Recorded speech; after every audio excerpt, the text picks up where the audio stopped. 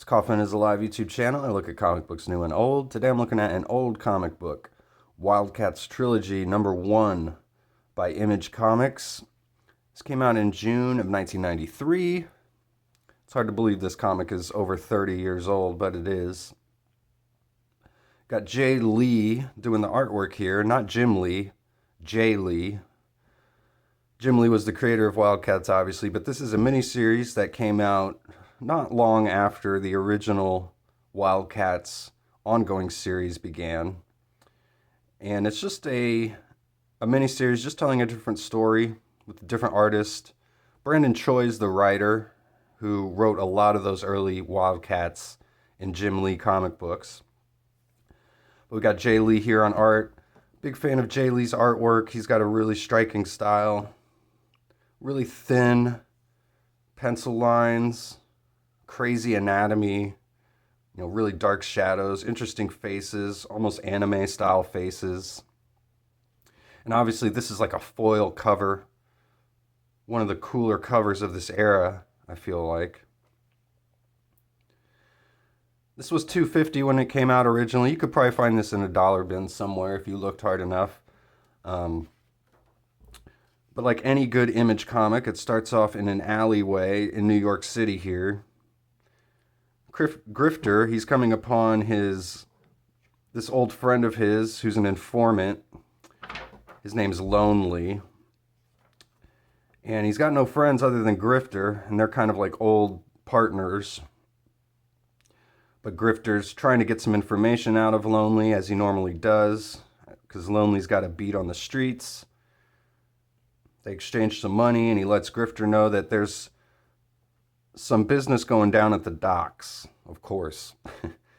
And he thinks it has something to do with the Cabal, which is something that interests Grifter greatly. So, like you see here, Jay Lee's, he's got just crazy anatomy. Like, Grifter looks like this giant, roided up steroid freak here, which he normally doesn't look like. Just talking to this really skinny old homeless guy, Lonely here. And but it works really well, I feel like. And we get like little scratches to show the rain. And just a totally bizarre perspective on the brick wall here on this panel. When you see their shadows on the brick wall. And then when I went to this next page, I was looking at this first panel. I honestly didn't even realize at first that it was Grifter's face. I was like looking into his glasses. I almost thought this was an alleyway shot at first, or like a cityscape, but it's just such crazy pencil work there. Again, lots of really dark shadows everywhere.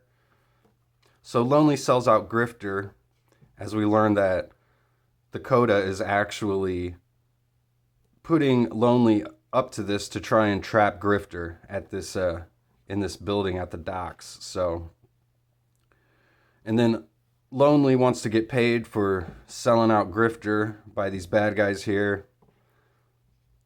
And they say they're going to give him a traitor's death. And they kill him. So then we go to the Wildcats. And as the X-Men normally do, they're having this training session where they're all kind of fighting each other. I always thought the Wildcats were pretty much, beat for beat, almost like the X-Men of the Image universe, Jim Lee's version of X-Men. But just the artwork here is so awesome. Like, I love the way he's drawing Voodoo here. Looks super sexy in that outfit. And just the absolutely crazy anatomy here of Spartan. Just a wild looking hand. I love this panel here, like this little drawing of Spartan down here and Warblade. This looks like a Mike Mignola drawing for sure. The way it's like shadowed and colored. Just awesome artwork in here. All these like little panels just are so cool. Like the big hulking Maul in the shadows there. Now Maul is such an interesting... by interesting, I mean stupid character in Wildcats. And a lot of artists always forget to draw the giant tusks on his back, which I think is some sort of trademark that Jim Lee wanted to add to this character because he had created the character Tusk in X-Men, and then coming over to Image, he wanted to keep using those tusks, so he gave him to Maul, but most artists forget to draw the tusks on Maul.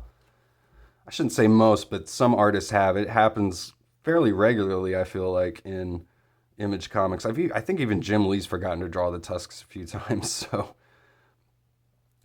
So Warblade, he's kind of pissed that they won this little exercise, so he's going to let his rage get the best of him, and he's coming after Spartan and Voodoo here after the exercise is over, but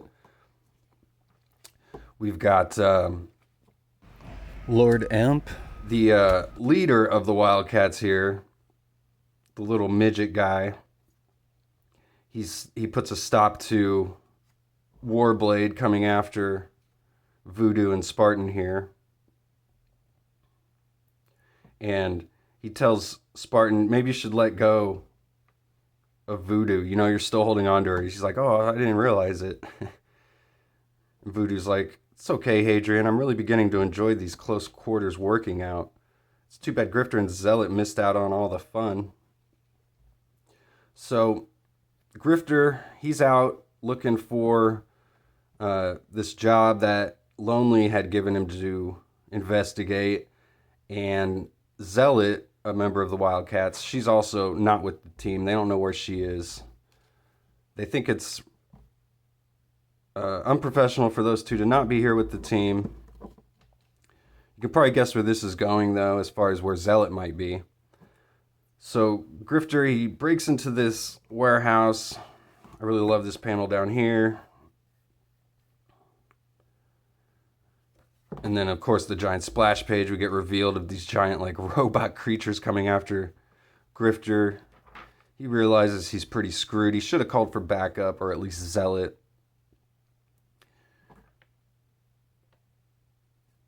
Crazy looking firepower coming out of Grifter there.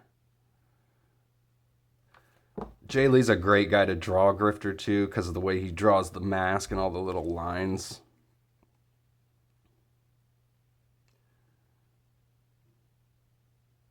So he's able to break out of this place and get away from those giant robot creatures. And he thinks he comes across Lonely, but it's actually just this shape-shifting Daemonite named Hightower. And he punches Grifter down. Then we see Void, who's like the telepath of the Wildcat. She senses something's wrong with Grifter. So they send the team out after him.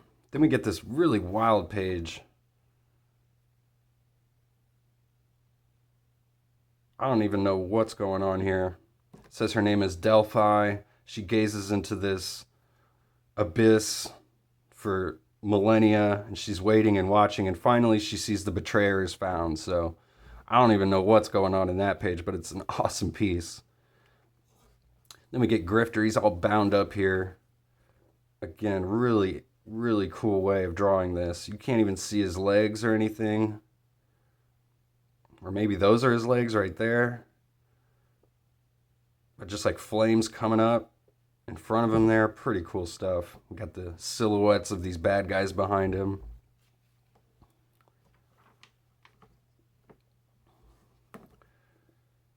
They're torturing him. They're trying to bring out Zealot. That's their whole purpose here. They capture Grifter, which brings Zealot, and then that will bring the rest of the Wildcats. And they're going to capture all of them. So they want Grifter alive. So a very straightforward plot. I think the writing's all right in this, though. The dialogue's fine. So it's just the artwork that really brings it here in this book for sure. So we finally get Zealot showing up here. With her giant sword, she's killed some of the lower level bad guys here. She challenges her sister Artemis to a fight here. So we get the final splash page. So awesome book. Definitely recommend it just for the artwork alone. Jay Lee's done some pretty awesome stuff in the past. Some work on X Factor, Iron Fist. I think he's done some Moon Knight. So